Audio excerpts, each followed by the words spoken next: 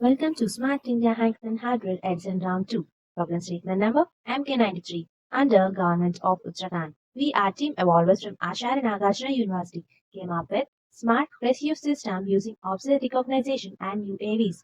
A quick overview before diving into project. If any natural disasters occur, identification of trapped people becomes a challenging to rescue team. To solve this issue, we just came up with an idea of mapping the flooded region on our mobile and everything is done automatically. Our drones survey over that region. If any person is detected, it sends a location to the ground unit and rescue team and rescue crew directly close to the trapped people and rescue them.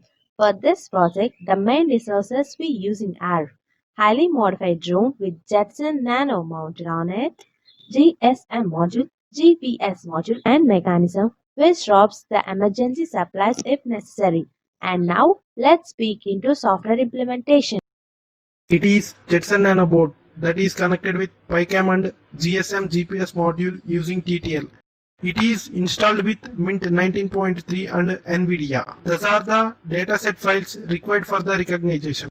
This is the main file that written in Python.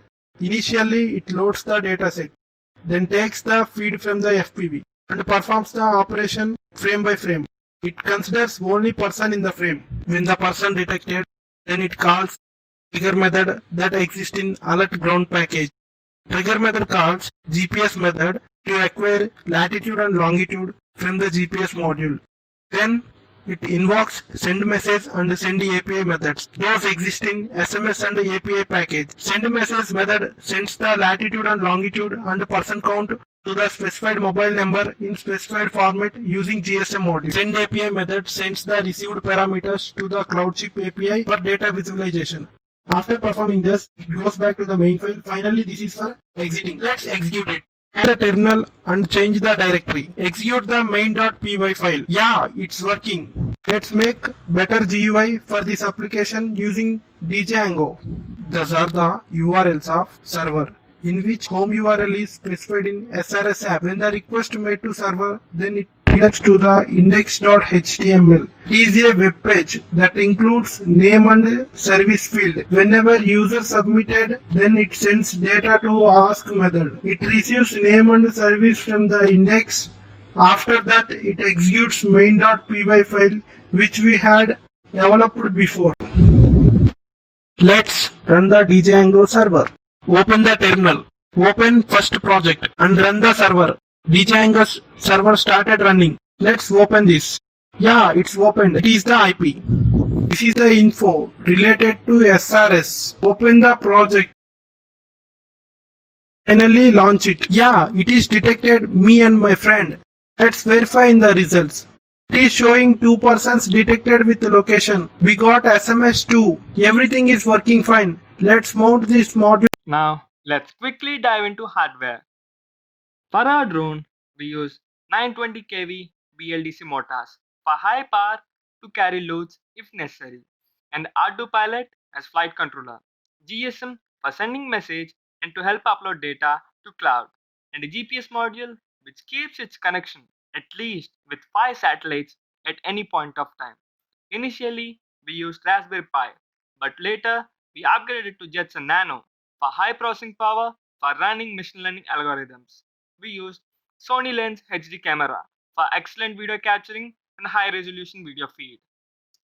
This is an initial test flight which we performed in our university ground, and we manually operated it using a remote control. And during its flight, it is processing the video feed and recognizing the person. And this is all done by the Jetson Nano which is mounted on it. ROS, Robotic Operating System, simulation for autonomous flight, which flies in the predefined path and to perform object recognition and dropping the emergency supplies for trapped victims detected at extreme conditions.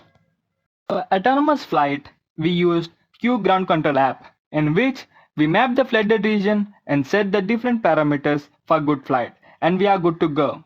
It surveys the region automatically. It can also be used from mobile phone.